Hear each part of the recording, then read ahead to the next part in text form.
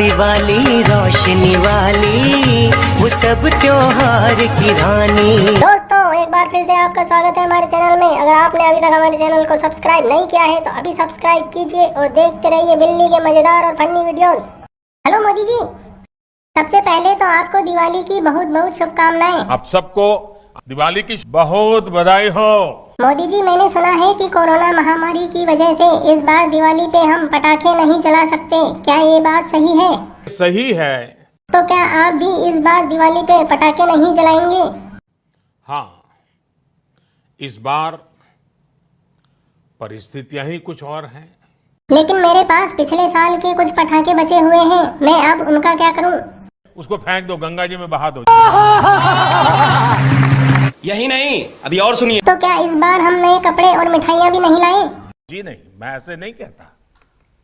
मुझे मिठाइयाँ बनानी नहीं आती हैं, तो क्या मैं बाहर से मिठाइयाँ खरीद सकता हूँ ना? हम जरूर बाहर से लेना पड़ेगा। लेकिन मोदी जी, बिना पटाखों के दिवाली में मजा नहीं आता, क्या ऐसा करना जरूरी है? बिल्कुल। लेकिन कुछ लोग तो बोल रहे हैं कि छोटे बम और फुलझड़ी तो जला सकते हैं, उसमें कोई दिक्कत नहीं है। मेहरबानी करके इन अफवाहों से भी बचना है।